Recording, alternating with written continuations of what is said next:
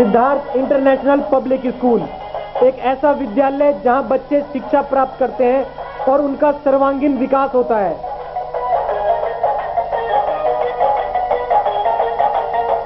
यहाँ पढ़ाई के अलावा खेलकूद, योगा, कंप्यूटर शिक्षा, मनोरंजन के लिए झूले तथा स्काउट गाइड भी सिखाई जाती हैं।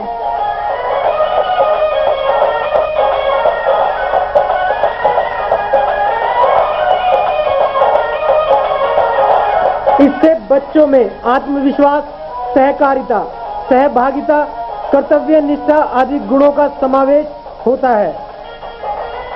यहाँ हिंदी, अंग्रेजी माध्यम से शिक्षा के साथ साथ बच्चों को लाने व ले जाने के लिए यातायात सुविधा भी उपलब्ध है।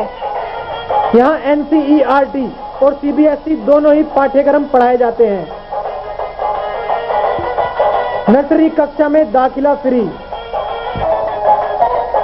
Siddharth international public school, east of Loni road, main Wazirabad road, Gopalpuri Chowk, Delhi 93।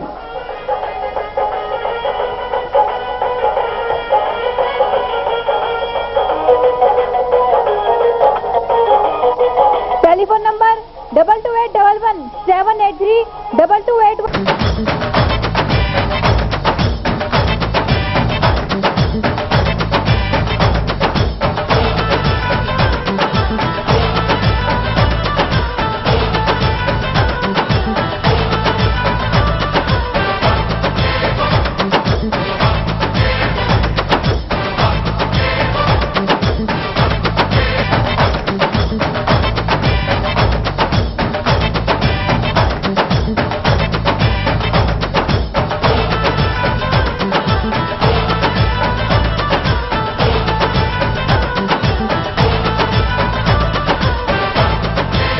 Ready to have a feast of taste as ABS Enterprises presents देवभूमि उत्तरांचल का उत्कृष्ट उत्पादन CKG mouth watering fruit jams, continental sauces, pickles in different flavors, vinegar, delicious tomato ketchup, U and CKG. What a great आज के कार्यक्रम में आपका स्वागत है।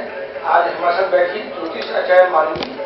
आज बात करेंगे इंसान के पास धन तो बहुत है पर घर में दुख है, परेशानी है, क्यों है? धन के साथ साथ सुख क्यों नहीं आता है? आइए चलते हैं ज्योतिष आचार्य मानवी से, पूछते हैं कि क्या वजह है इंसान पैसे होने बाद भी सुखी नहीं है। इंसान को धन तो बहुत है पर घर में सुख शांति नहीं है, परेशानी है, क्या वजह है, क्या कारण इसका?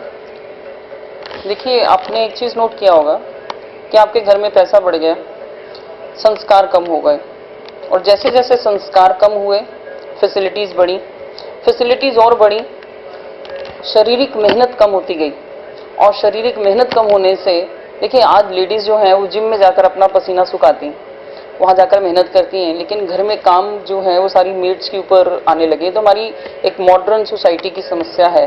लेकिन हम एस्ट्रोलॉजिकल फील्ड से रिलेटेड हैं, हम ऑरा से रिलेटेड हैं, हम नेगेटिविटी और पॉजिटिविटी की बातें करते हैं। तो मुझे ऐसा लगता है कि हमारे घरों में बहुत सी नेगेटिविटी आ चुकी है, हम इसकी तरफ ध्यान नहीं दे रहे। हम बच्चों को ज़्यादातर खिलाने के लिए, ज़्यादा फीडअप करने के लिए मैक्सिमम फैसिलिटीज़ देने की बात करते हैं। हम ये ज़रूर सोचते हैं कि आज हमने एक सप्ताह के बाद हम बाहर होटल में नहीं गए, हम रेस्टोरेंट में नहीं गए, हमने मैकडॉनल्ड में नहीं खाया, लेकिन हम कभी ये नहीं सोचते कि हमने 7 दिन हो गए, हमने अपने बच्चों को ये नहीं कहा कि माथा टेकना है। ये मैं बहुत स्ट्रेस करती हूँ। हर चीज़ को हम लोग पॉजिटिविटी और नेगेटिविटी से जोड़ते हैं। आपने देखा होगा कि बीमारियां बढ़ती जा रही। मुझे लोग अक्सर एक क्वेश्चन पूछते हैं कि मैडम कुछ ऐसा उपाय बताओ जिससे हम ठीक रहें। देखिए, ठीक रहना आपकी एक मानसिक स्थिति है। ठीक रहने के लिए आपको अपने संस्कारों की तरफ लौटना पड़ेगा, जो चीजें हमें एनर्जीज देती हैं। देखिए, आप पॉजिटिव एनर्जीज में हैं, आप स्वस्थ हैं। आप नेगेटिव एनर्जीज में जाएंगे, आपकी तबीयत का मतलब सिर्फ शारीरिक हेल्थ नहीं है, बॉडी हेल्थ नहीं है, ये आपका फिजिकल, मेंटल, इमोशनल हेल्थ भी है। आप इमोशनली डिस्टर्ब होते हैं तो आप शारीरिक रूप से भी डिस्टर्ब होते हैं, आप मेंटली डिस्टर्ब होते हैं, आप शारीरिक रूप से डिस्टर्ब होते हैं। तो जो आपकी हेल्थ है वो जुड़ी हुई है आपकी पॉजिटिव एंड नेगेटिव ऑरा से। अब आपके घर में जो पॉजिटिविटी है, आज मैं बीमारियों को आपके बेडरूम से जोड़ने जा रही हूँ। हम इस टॉपिक को डिस्कस करेंगे कि अगर आपको बीमारियों से निजात पानी है तो सबसे पहले आप अपना बेडरूम, जहां आप सोते हैं, जहां आपका परिवार सोता है, आप उसको करेक्ट कीजिए। नॉर्मली हम लोग विजिट पे जाते हैं, वास्तु की विजिट पे जाते हैं, बेडरूम में जरूर बहुत माइन्यूटली चेक करती हूँ, मैं वहां का डस्ट भी चेक करती हूँ कि यहाँ पर ऐसी क्या दिक्कतें हैं, ऐसी क्या परेशानी है, प्रॉब्लम कहाँ पर है। देखिए, सबसे बड़ा प्रॉब्लम है आपके वातावरण की नेगेटिविटी। जगह कम है आजकल लोगों के घरों में, लोग उसी बेडरूम में बैठकर काम भी कर रहे हैं, शाउटिंग भी कर रहे हैं, वहीं खाना खा रहे हैं, वहीं एक दूसरे की चुगली भी करते हैं, रिश्तेदारों को भी डिस्कस करते हैं, हंसते खेलते भी हैं और शोर शराबा भी करते हैं, वहीं बच्चे भी किताब लेकर बैठे हुए हैं। तो जब तक हम चीजों को सिस्टमेटिकली मैनेज नहीं करते, हम एक्चुअली भाग रहे हैं, हम अंधाधुंध भागते जा रहे हैं और बिना सोचे हुए। और जब हम किसी बीमारी का शिकार हो जाते हैं, इंटरनल और एक्सटर्नल, देखिए इंटरनल बीमारी जो है वो भाग्यवश, प्रारब्धवश, जैसे हमारे फेफड़े खराब हो गए हैं, या हमारी किडनी खराब हो गई है, या हमारा लीवर काम नहीं कर रहा, या हमें गले की समस्याएं हैं, ये प्रारब्धवश की बीमारियां हैं, ये मैं ऐसा मानती हूँ। दूसरा, इसका संबंध हमारे खाने पीने से, हमारे व्यवहार से, हमारे रहने सहने के ढंग से भी जुड़ा हुआ है। लेकिन जो मानसिक बीमारियां हैं वो हमारी अपनी देन है। तो बेडरूम में नेगेटिविटी क्यों आती है, क्या वजह है? देखिए, नेगेटिविटी, हम एक छोटा सा एग्जाम्पल पकड़ लेते हैं। आपके कमरे में अगर कहीं शीशा लगा हुआ है, जिस रूम में आप सोते हैं, अगर वहां पर बहुत सारे शीशे हैं, या आपके बेड के सामने शीशा है, या जिसमें आपका बॉडी दिखता है, आप सोते हैं तो आपका बॉडी का कुछ हिस्सा दिखाई देता है। मैं अपने दर्शकों से बोलती हूँ कि आप एक्सपेरिमेंट कीजिए, जिनके कमरे में शीशे हैं, जिनके बेडरूम में मिरर है, जो ड्रेसिंग टेबल जिसको बोलते हो, या अलमारी में कोई शीशा लगा हुआ है, आप नोट कीजिए, अगर आपकी बॉडी का वो हिस्सा शीशे में परिवर्तित होता है, परावर्तित होकर आपको दिखता है, तो यकीन मानिए आपकी बॉडी का वो हिस्सा दर्द करेगा। ज्यादातर मैंने लोगों को बोला, देखिए वास्तु के अनुसार जो हम छोटी छोटी बातें हैं डिस्कस करते हैं कि बेडरूम में शीशा नहीं होना चाहिए, और साउथ की तरफ शीशा बिल्कुल नहीं होना चाहिए। अगर साउथ की तरफ शीशा है आपके कमरे में तो आपके बच्चे भी डरते हैं। ये ऐसे कुछ परसेप्शंस आपको ऐसे नजर आएंगे कि आप बेवजह डरेंगे, आपको रात को नींद नहीं आएगी। तो ये तो एक प्लेसमेंट ऑफ ऑब्जेक्ट है कि किसी वस्तु का आपके बेडरूम में होना आपकी बीमारी का कारण बन सकता है। आजकल लोग बहुत सारे ऐसे ऑब्जेक्ट्स लगा लेते हैं अपने कमरे में, जंगली जानवरों की तस्वीरें लगा लेते हैं, उल्टे सीधी पेंटिंग्स लगा लेते हैं, ये भी that is also creating negativity. तो हमें कोशिश करनी है, देखिए मैं सबको एक बात बोलती हूँ, आप कारण ढूंढो। आप कहते हो हमें बीमारी है, मैं कहती हूँ कि मैं आपको 7 दिन का समय देती हूँ, आपकी बीमारी को मैं दूर कर सकती हूँ, बशर्ते वो बीमारी आपके किसी बॉडी ऑर्गन से रिलेटेड नहीं है। अगर आपकी बॉडी ऑर्गन से भी रिलेटेड है तो भी ऐसे बहुत सारे इलाज हैं जिनको करके, कुछ उपायों को करके हम एक ऐसे रास्ते पर चल सकते हैं कि हमें सॉल्यूशंस मिलेंगे। देखिए, पैसा आ गया, बहुत पैसा आ गया, हम उस पैसे को डाइवर्ट कहाँ कर रहे हैं? डॉक्टरों के पास। हमने कभी ये नहीं सोचा कि आज हमारे पास पैसा ज्यादा है, हम इसमें दान पुण्य करें, हम लंगर लगाएं, हम कोई ऐसी सभा करें, हम गरीब लड़कियों की शादी करें। देखिए, ये ऊपर वाले का एक टैक्स है, आपको वो टैक्स देना ही देना है, आप ऐसे नहीं देंगे तो वैसे देंगे। तो कहने का मतलब ये है कि आज हम लोग अपने पैसे का दुरुपयोग करते जा रहे हैं, अपने कपड़ों पे, अपने खाने पीने पे, अपनी लग्जरीज पे, अपनी कुछ ऐसी डिजायर्स पे जो कि मुझे लगता है अनवांटेड है। यानी हमारे संस्कार खत्म होते जा रहे हैं, यानी हमारी नेगेटिविटीज बढ़ती जा रहे हैं। अब वक्त है छोटे ब्रेक का, बाकी बातचीत ब्रेक के बाद।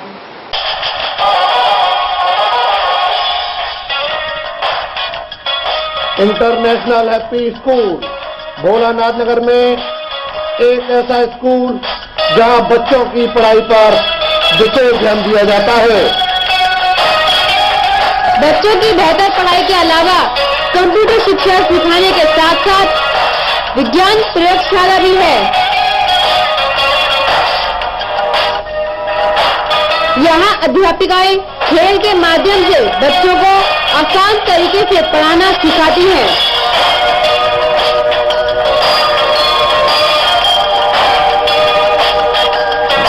समय समय पर विभिन्न प्रकार की प्रतियोगिताओं में बच्चों को पुरस्कार प्रदान करके उनकी प्रतिभा को बढ़ावा दिया जाता है। सरकार द्वारा मान्यता प्राप्त इंटरनेशनल हैप्पी स्कूल तथा international happy school Bholanath Nagar opposite Ramlila ground Shahdara 32।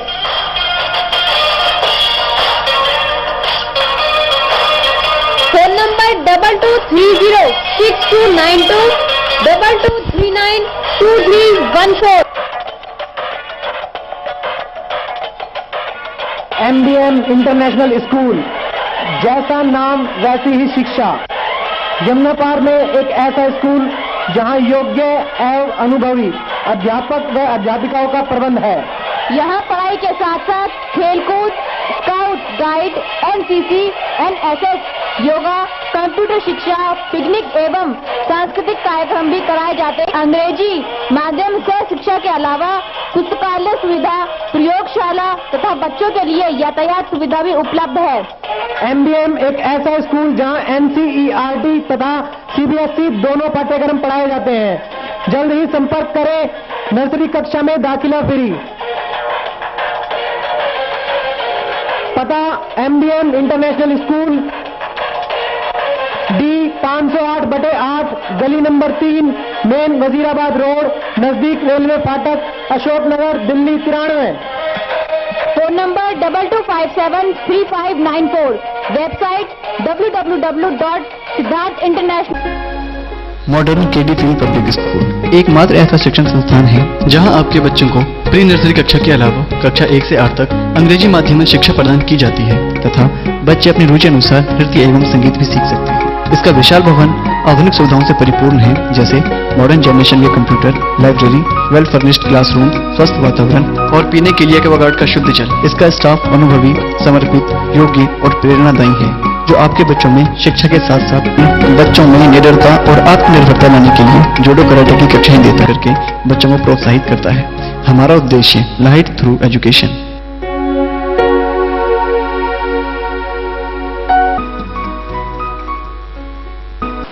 Break के बाद आपका फिर से स्वागत है। किडनी खराब है, फेफड़े खराब है, जिनका पैसा है जी। जो गरीब व्यक्ति हैं उनकी क्यों नहीं खराब होती? देखिए मैडम, मोस्टली धनवानों की किडनी और फेफड़े खराब होते हैं। देखिए, इस क्वेश्चन का आंसर मैं आपको ऐसे देना चाहूंगी कि देखिए, प्रारब्धवश अगर हमें डॉक्टर को पैसा खिलाना है या हमें हमारे शरीर पर कष्ट आना है तो हमें वो कष्ट भोगना है।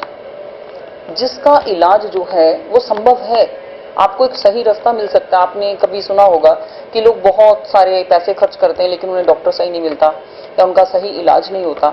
एक्चुअली वो प्रारब्धवश लेना और देना है, और इसी लेने देने की वजह से वो जो एक्स्ट्रा पैसा, सही तरीके से ना कमाया हुआ पैसा जो है वो कई बार उल्टे सीधे रास्तों में चला जाता है। बहुत सारे कारण हैं इसमें पितृदोष बहुत मायने रखता है। हम आने वाले टाइम पीरियड में जब पितृपक्ष श्राद्ध का समय होगा तो अपने दर्शकों को पितरों से रिलेटेड बहुत कुछ बताएंगे। इसी तरह से जो गरीब व्यक्ति है वो बेचारा मेहनत करता है, उसकी बॉडी में इसलिए रोग नहीं आते क्योंकि वो बहुत ज्यादा संतुष्ट भी है, बहुत ज्यादा मेहनत भी करता है। देखिए, आप डिफरेंस चेक कीजिए। जिनके घरों में बहुत पैसा है लेकिन संस्कार नहीं है तो संतुष्ट आज कोई भी नहीं। तो संस्कार कौन देगा? देखिए, संस्कार हमने पीछे भी अपनी एक बात बोली थी कि पेरेंट्स जब आपस में लड़ते हैं, देखिए जिनके घरों में बहुत ज्यादा लड़ाई झगड़े होते हैं, जिनके घरों में तू मैं बहुत ज्यादा है, जहां सास बहू आपस में बहुत ज्यादा लड़ते हैं, हस्बैंड वाइफ लड़ते हैं, तो मुझे ऐसा लगता है नेगेटिविटी को क्रिएट करने वाले तो हम खुद ही। अगर आज हम अपना लड़ाई झगड़ा बंद कर दें, आज हम एक दूसरे को टॉलरेट करना, एक दूसरे को सहन करना, एक दूसरे को एक्सेप्ट करना शुरू कर दें, तो मुझे लगता है कि 50% प्रॉब्लम्स तो आप खुद ही सॉल्व कर सकते हैं। बाकी देखिए, डॉक्टर के पास जाना पड़ता है, डॉक्टर के पास जाने की जरूरत तो पड़ती है जब आपके हाथ से कोई चीज बाहर निकल जाती है। तो नेगेटिविटी को दूर करना आपके अपने हाथ में है। अगर मैं यहाँ बेडरूम की बात करूं, कितने लोग ऐसे हैं जो बेडरूम में बिल्कुल शांति से सोते हैं। सोने से पहले हम लोग सारी दुनिया की बातें डिस्कस करते हैं, अपने रिश्तेदारों को डिस्कस करते हैं। 99% लोगों के बेडरूम में टीवी लगा हुआ है। तो टीवी में जो हम देखते हैं ये भी बहुत बड़ा नेगेटिव पार्ट है। मैं मानती हूँ जगह बहुत कम है, लोगों के पास ऐसे ड्राइंग रूम्स नहीं है जहां वो सेपरेट टीवी लगा सकें, लेकिन एक समय है टीवी बंद करने का। ये मैं बात नेगेटिविटी से रिलेटेड बोल रही हूँ। जब हम घरों में ओरा चेक करते हैं, वेव्स चेक करते हैं, एनवायरमेंटल वेव्स चेक करते हैं, तो हम लोगों को बोलते हैं कि ये सब कुछ आपका अपना क्रिएट किया हुआ है। जब आप कहते हो कि हमें शांति नहीं है, हम शांत नहीं हैं, हम कैसे शांत हों, तो शांति गुप्ता जी किसी भी दुकान पे नहीं मिलती। शांति को क्रिएट किया जाता है। आप अपने बेडरूम में आंखें बंद करके ध्यान लगाइए, आपका कभी ध्यान नहीं लगेगा। देखिए, बेडरूम शुक्र से रिलेटेड है, हम वहां पर पूजा कर ही नहीं सकते। मंदिर क्यों बनाया गया? मंदिर इसीलिए बनाया गया क्योंकि मंदिर को इंडिकेट करता है बृहस्पति और बेडरूम को इंडिकेट करता है शुक्र। आप अपने बेडरूम में बैठकर कभी भी पूजा कर ही नहीं सकते, कभी ध्यान लगा ही नहीं सकते। तो कहने का मतलब क्या है, चाहे वो आपका बेडरूम है या आपका मंदिर है, क्लीनिंग ऑफ वेव्स एंड ओरा बहुत ज्यादा जरूरी है। जहां पॉजिटिविटी है वहीं समृद्धि है। देखिए, आप 1 रुपया कमा रहे हैं या 10 रुपए कमा रहे हैं, जरूरत है संतुष्टि। जहां पर आप संतुष्ट हो जाएंगे, जहां पर आप सेटिस्फाइड हो जाएंगे, वहीं पर आप मानसिक शांति को एक्वायर कर लें। जी, हम ठीक कहा। उसके बाद आपने प्रारब्ध जिनके होते हैं, प्रारब्ध से ही दुख और कष्ट होते हैं। ये प्रारब्ध है क्या चीज?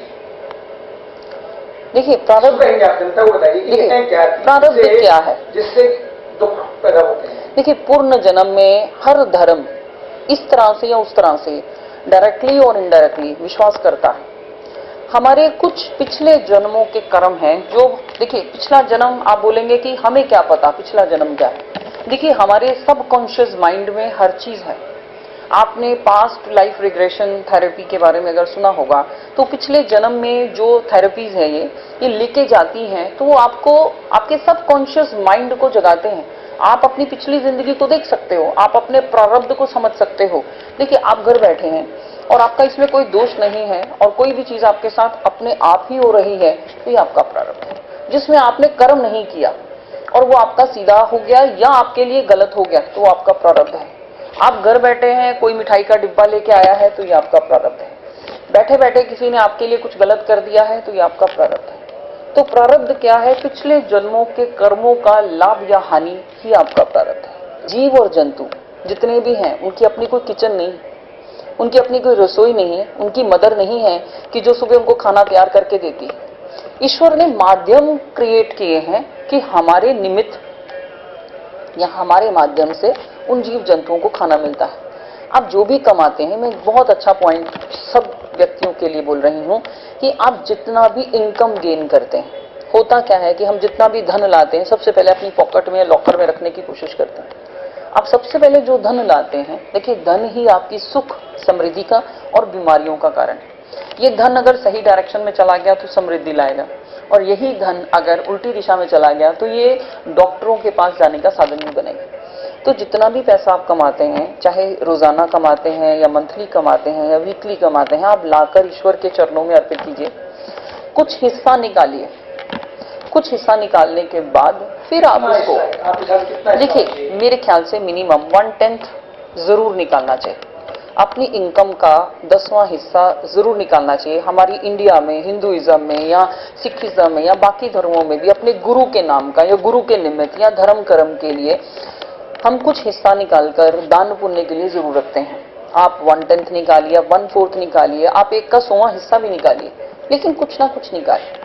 निकालने के बाद आप उसको धर्म कर्म के कार्यों में उन लोगों के लिए जिनको जरूरत है निकाल दीजिए। यकीन मानिए, आपके घर में जो रेस्ट ऑफ मनी है उसको भी हम एक पॉजिटिव मतलब एक डायरेक्शन की बात करेंगे कि हाँ, अब आपके घर में वो पैसा जो है वो समृद्धि लाएगा। और जो आप निकाल देते हो ईश्वर के नाम का, ईश्वर उसके ऊपर इंटरेस्ट लगाकर वापस जरूर करेगा, क्योंकि आपने ईश्वर के नाम का निकाला। अब वक्त है छोटे से ब्रेक का, बाकी बातचीत ब्रेक के बाद।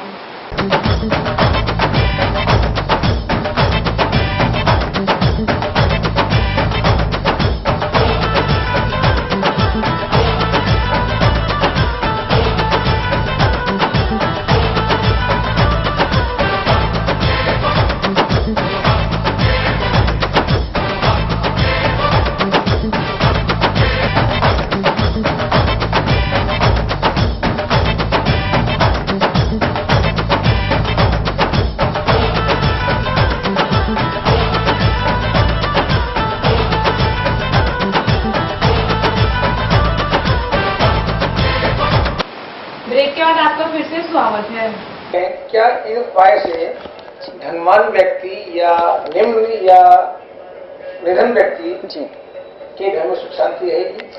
सुख शांति एक मानसिक प्रक्रिया है, सुख शांति एक मानसिक सोच है। मानसिक सोच कैसे चेंज होगी? सुख शांति क्रिएट करने के लिए कुछ नियम अपनाइए। आज हमने एक सिंपल सा कॉन्सेप्ट शुरू किया है सूर्य से। सूर्य से ही शुरू करते हुए हम बहुत सारी चीजों को पहर के अनुसार डिस्कस करेंगे अपने आने वाले प्रोग्राम में।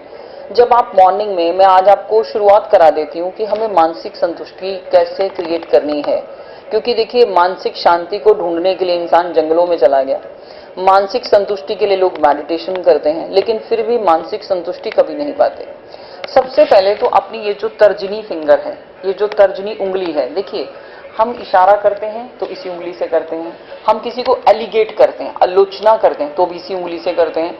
आप जब भी सूर्य के सामने बैठे, मैं एक बहुत अच्छा सा उपाय बता रही हूँ, जब भी आप सूर्य के सामने बैठे तो आप इस तर्जनी उंगली को पकड़ लीजिए। इसके पीछे बहुत सारे रीजन है, इसमें एक्यूप्रेशर का रीजन भी है।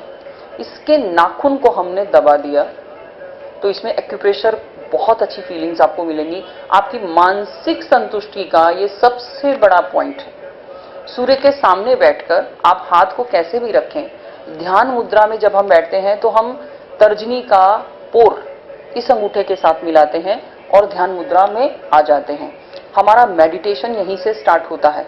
लेकिन आज मैंने आपको एक नया पॉइंट बताया है, आप अपने अंदर के एग्रेशन को कम करना चाहते हैं तो आप तर्जनी का अपर वाला पार्ट, नाखून, इसके नीचे अंगूठा लगा के नाखून को इस तरह से पकड़ लीजिएगा और इस तरह से बैठकर आप सूर्य की तरफ देखते हुए ओम का जाप कीजिए। कुछ दिन का अभ्यास है। आप यकीन मानिए आपका बीपी, आपका ब्लड प्रेशर, जिसके लिए आप इतनी सारी दवाइयां खाते हैं, आराम से, मतलब इतना ज्यादा बैलेंस हो जाएगा कि आपको ऐसा लगेगा कि अब आप दवाई के ऊपर डिपेंडेंट नहीं हैं। लेकिन उसमें आपको बहुत पेशेंस की जरूरत है। आप सूर्य के सामने बैठकर ओम का जाप कीजिए, आप भ्रमरी योगा कीजिए, सांस को इनहेल कीजिए, सांस अंदर खींचिए और कुछ समय के लिए सांस रोक लीजिए।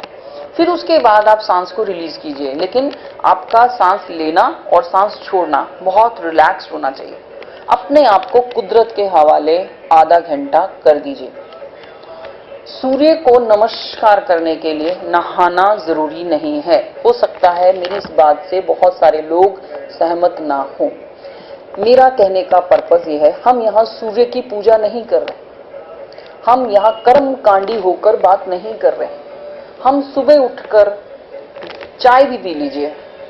मैं लोगों के आजकल के अनुसार, जो आजकल के सिस्टम है उसके अनुसार बात कर रहे हैं। आप चाय भी पी लीजिए, क्योंकि देखिए आज की सोसाइटी में लोगों को सही तरीके से गाइड करने के लिए कुछ हमने भी अपने आप को बदल लिया।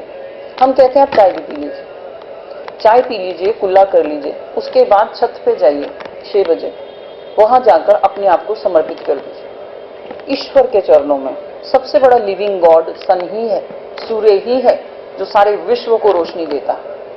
सूर्य के सामने बैठकर ओम का जाप कीजिए।